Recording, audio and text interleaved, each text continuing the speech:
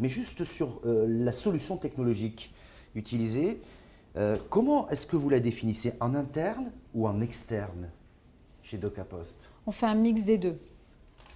Il y a des choses dont on considère qu'elles relèvent d'éléments de valeur que l'on veut posséder.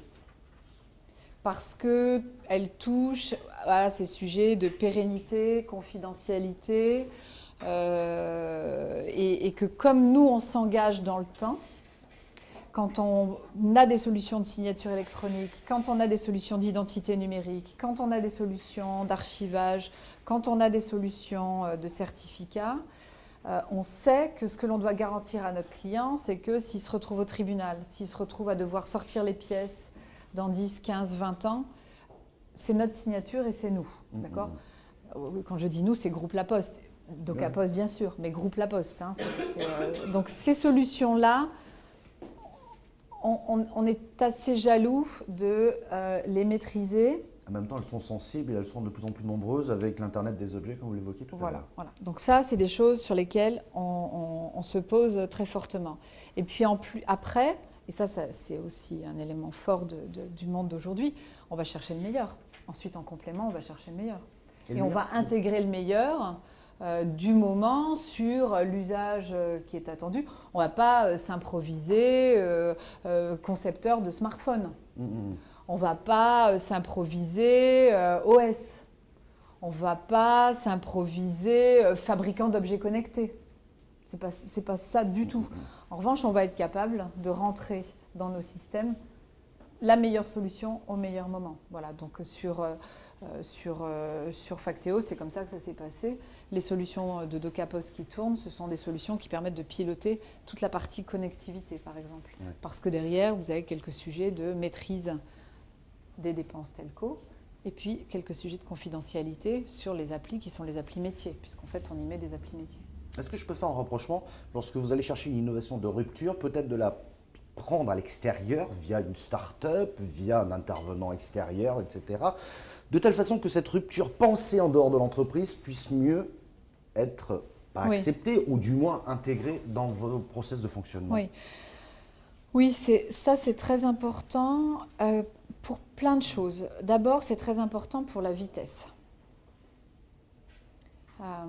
C'est-à-dire? Ça va très vite. La technologie en elle-même. Après, il y a l'adaptation en interne. Mais la technologie, le fait d'être dans un bon time to market, c'est ni trop tôt ni trop tard. La fenêtre de tir est très étroite et les choses basculent extrêmement vite, avec des courbes auxquelles on n'est pas habitué. Hein. C'est-à-dire que lisez Nicolas Colin. Je suis aussi une très grande fan de Nicolas Colin, avec un seul L. Qui a un peu théorisé ça s'appelle l'âge de la multitude. C'est impressionnant. Où on commence par dire « Non mais, leur truc, ça ne marchera jamais ». Après, on dit « Non mais, ça ne sera jamais solvable ». Et après, on dit « Mince, ils nous l'ont piqué ». Et c'est juste trop tard. Qui aurait imaginé qu'un libraire devienne un des premiers logisticiens mondiaux, hein, vous voyez à qui je fais allusion, hein, et un des premiers fournisseurs de cloud. Mais c'est quand même ça l'histoire, c'est un libraire qui a fait ça. Et aujourd'hui, vous y trouvez tout ce que vous voulez, y compris des robinets si vous voulez changer les robinets chez vous. Et vous les avez plus vite que si vous passez par votre plombier. Et meilleur prix. C'est... Waouh! Wow, voilà. Donc, lui, on ne l'a pas vu arriver. Moi, mon obsession, c'est les gorilles. Je ne sais pas si vous avez déjà eu ça. Les consultants, ils adorent vous faire ça. Vous connaissez le truc des gorilles? Oui? Ouais? Non? Ah, c'est un truc génial. Faites-le à vos équipes. C'est super. Vous le trouvez sur... évidemment. Maintenant, de toute façon. Donc, c'est deux équipes de basket qui jouent ensemble. Et on vous dit, voilà, vous allez avoir une séquence, vous allez compter le nombre de passes que se fait l'équipe rouge et puis le nombre de passes que se fait l'équipe bleue. Donc vous comptez, vous regardez le truc, puis vous comptez. Et puis à la fin, on dit alors combien? Évidemment, personne n'est d'accord.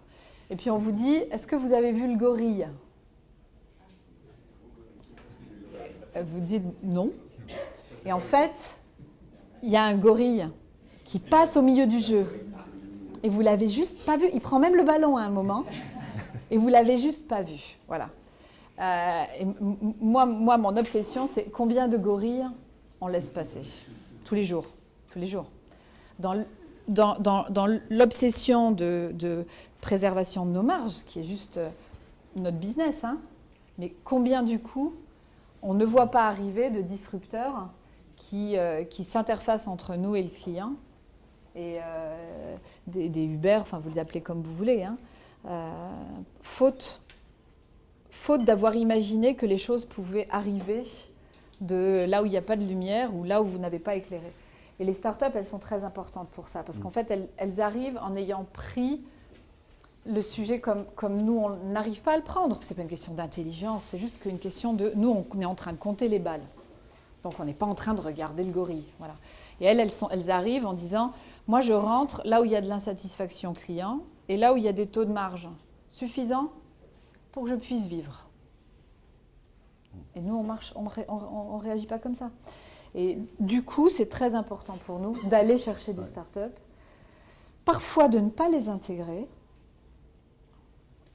notamment quand elles sont trop jeunes pousses, parce que l'organisation génère très vite tous les anticorps nécessaires pour la tuer, comme un corps étranger, parce que l'obsession, c'est rentabiliser, du coup faire rentrer ça dans les process existants pour ne pas déformer les process existants et pour ne pas dégrader la marge, d'accord ?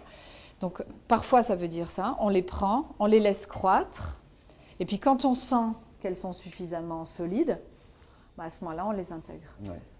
Je comprends mieux. Ils ne pensent pas comme nous, c'est vraiment... Et c'est intéressant de les entendre. Ce regard extérieur vous apporte un regard neuf finalement, oui, ils ne pensent pas vous comme permettre nous. de voir le gorille pour reprendre... Oui. Oui, ils le prennent pas comme nous.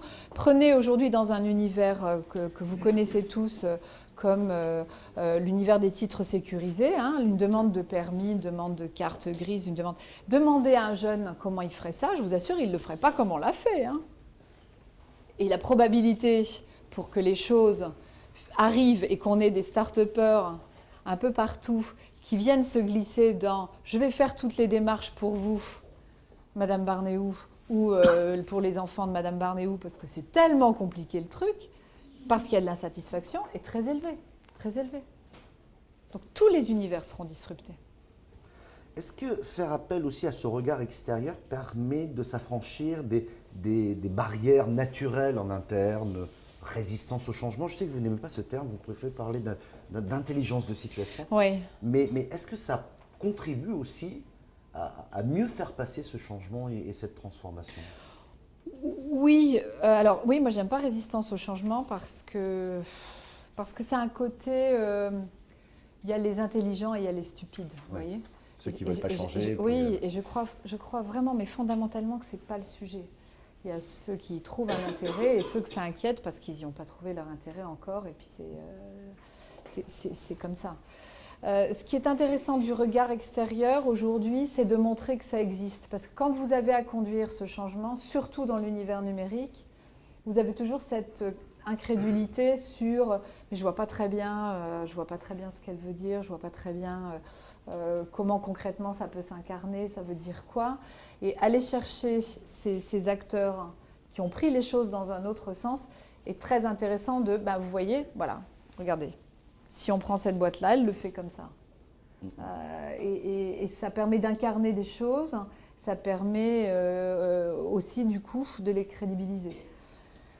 C'est, d'un point de vue apprentissage, je trouve, de moins en moins en résistance là-dessus. Parce qu'on ne les a quand même pas vus arriver, mais maintenant, on les voit bien. Ouais. Hein? Quand vous prenez un univers comme l'univers postal, que ce soit Amazon qui connaissent vos préférences de livraison, nous, ça nous brise le cœur, hein, parce que c'était juste notre boulot. Hein. Savoir si vous vouliez le samedi, le lundi, savoir que vous vouliez plutôt dans votre maison de campagne, ou c'était juste, c'est juste notre boulot. Hein. Voilà. Et avoir un Amazon qui a reconstitué ça, qui a cette base-là, qui est propriétaire de ça, qui fait aujourd'hui la manière dont, du coup, il s'érige en marketplace, waouh, ça nous fait un drôle d'effet. Hein. Ça veut dire que votre enjeu pour le groupe La Poste, c'est justement de trouver votre place entre le e-marchand et le citoyen, si j'ose dire. Oui. Celle que vous aviez avant, qui est en train de se détériorer. Absolument. En proposant d'autres services autour, hein, Oui, comme on l'a vu tout à l'heure. absolument. C'est l'enjeu Oui, majeur. Exactement, si j'ose dire. exactement.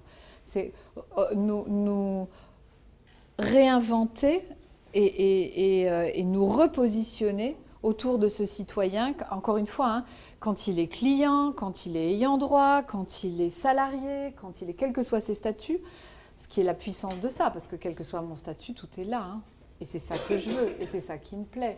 Parce que où que je sois, quel que soit mon statut, je vis tous ces statuts à n'importe quel moment avec un seul outil. Hein.